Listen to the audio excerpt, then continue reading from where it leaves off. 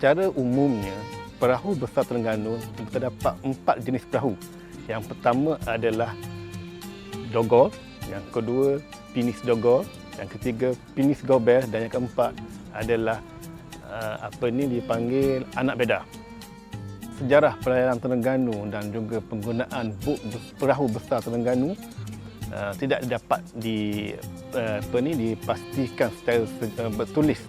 Namun demikian, dikatakan pada 1765 Sultan Mansur I Riyad Shah ataupun Marhum Janggut dikatakan telah berlayar ke perairan Kelantan dan juga selatan Tai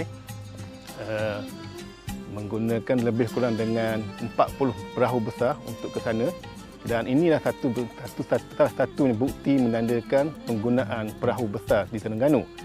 Selain itu, terdapat juga dalam catatan daripada pihak British dan juga daripada Perancis mengatakan Sultan Terengganu, iaitu ketika itu Sultan Mansur I juga mempunyai dan merupakan seorang pedagang kapal perahu besar dan berlayar ke negara Siam dan juga Kemboja untuk mendapatkan beras. Lokasi dia berdagang ataupun perairan dia adalah sekitar Terengganu, Kelantan dan juga selatan negeri Siam. Okey, mana ketiga lagi adalah dia lokasi pelayarannya meliputi Senggora, Bangleng, Meklong dan Samut Songkram. Antara barang-barang dagangan yang di Terengganu ni ke negara-negara tersebut adalah seperti kayu kayan, lepas rantus, kain-kain dan juga kelapa kering ataupun kopra. Okay. Di Terengganu, di Muzium di Terengganu sekarang kita dapat 2 jenis perahu besar, iaitu penis gobel dan juga penis dogol. 2 jenis perahu ini adalah satu-satunya yang masih wujud di Terengganu dan juga di Malaysia. Di belakang kita ni terdapat 2 jenis perahu besar yang dimiliki Muzium di Terengganu. Yang mana yang pertama adalah perahu yang daripada jenis pinis gobel, dan ini adalah sebelah ini adalah daripada jenis pinis dogol. Okey. Sedikit sejarah saya maklumkan, iaitu dari perahu pinis gobel diberi nama adalah perahu Sabah T82. Asalnya pada perahu ini dikatakan dibina ataupun ditimbal pada tahun 1925 dan dikatakan dimiliki oleh Haji Muhammad, iaitu menantu kepada Haji Muhammad Kaya, seorang saudagar perahu besar pada ketika itulah. Dan dan pada tahun 52 perahu ini telah dijual oleh anaknya, iaitu Haji Mak Zain, kepada seorang nahkoda dari Cina, iaitu yang bernama Teo Tiong Kin, iaitu dia juga dikenali sebagai Saleh King di kalangan orang Melayu lah di Terengganu ni. Dan pada 1954 perahu ini telah diberi nama perahu Sabah T82 oleh Saleh King tadilah. Sebelum itu, pada ketika ia dimiliki oleh Haji Muhammad, iaitu menantu kepada Haji Muhammad Kaya, ia diberi nama Seri Telaga. Itu dah sedikit sebanyak tentang sejarah perahu besar Sabah T82. Pada 1982, perahu Sabah T82 ini telah dijual kepada Muzium Terengganu dengan nilai yang RM14,000 pada ketika itulah. Manakala perahu pinis dogol, iaitu yang diberi perahu kemajuan, ini adalah dibina pada tahun lebih kurang tahun 1946 dan ditimbal selama dan dibina selama 8 bulan dan ditimbal oleh juru timbal daripada Pulau Duyung, dan telah berlayar. Perayaan pertamanya adalah pada tahun 1947 ke Bangla untuk mendapatkan garam. Dan telah operasi pelayarannya telah diberhentikan daripada 1980-an dan dijual kepada Muzium Terengganu dengan harga lebih kurang 15,500 satu buah.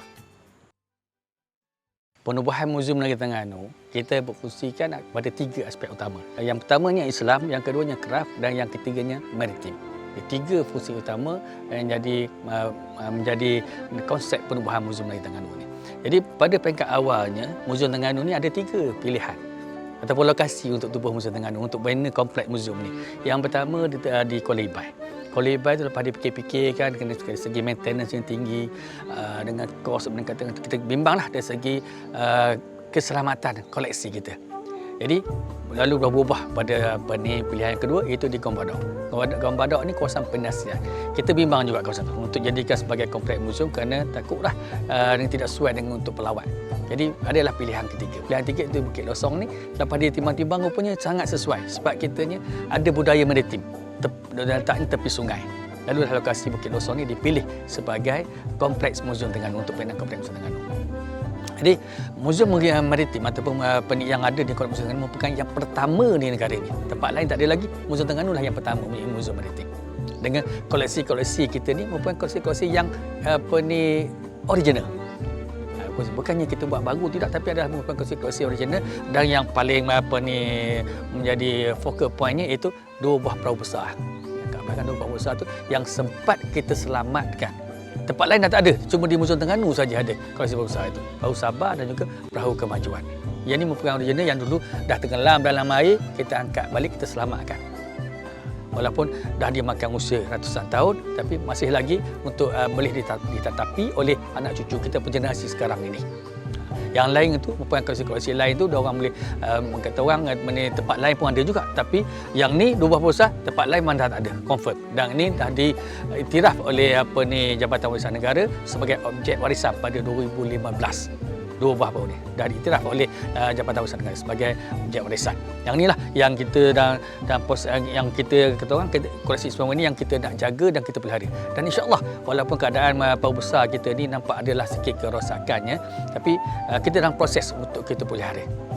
Dan sekarang bersama dengan JKR, dengan Jabatan Pelancongan dan kita akan lantik konsultan dan kita akan lantik juga tukang-tukang mahir daripada Terengganu ni sendiri untuk kita pelihara 2 buah perahu besar ni.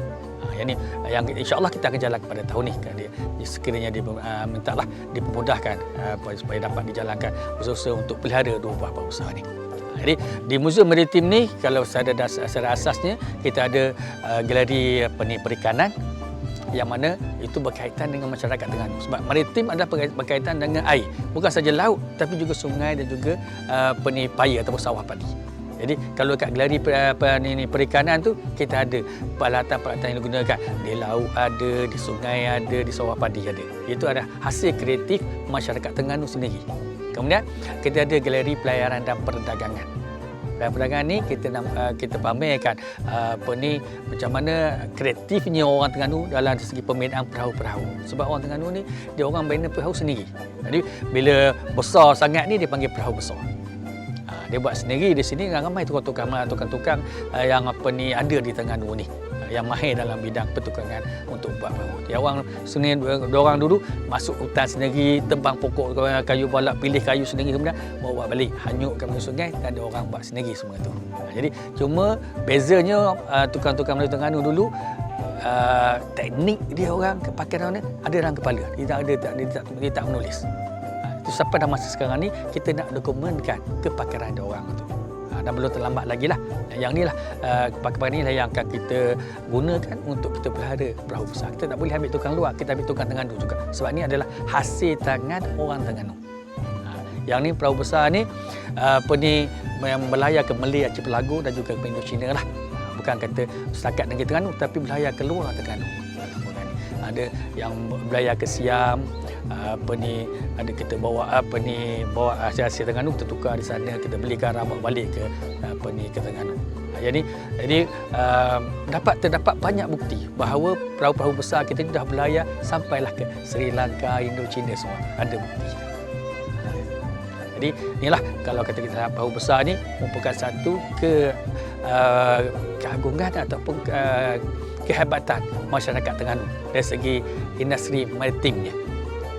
Cuma sekarang ni kepakaran tu dah kata orang makin berkurangan kerana dah ada teknik-teknik baru. Itu tukar dah daripada kayu, sekarang kita banyak gunakan fiberglass yang lebih ringan, yang lebih mudah.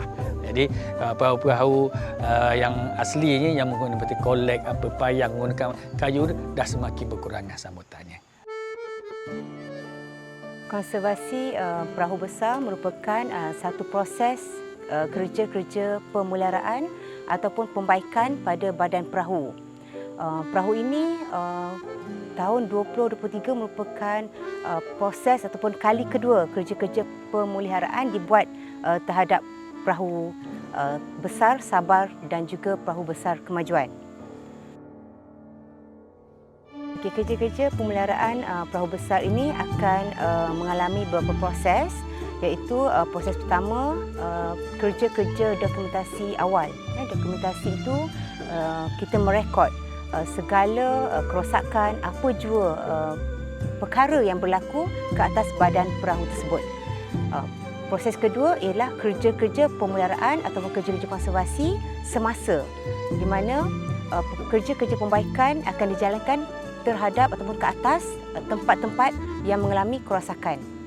Dan proses yang ketiga ialah kerja-kerja dokumentasi selepas kerja-kerja pemeliharaan atau pembaikan dijalankan.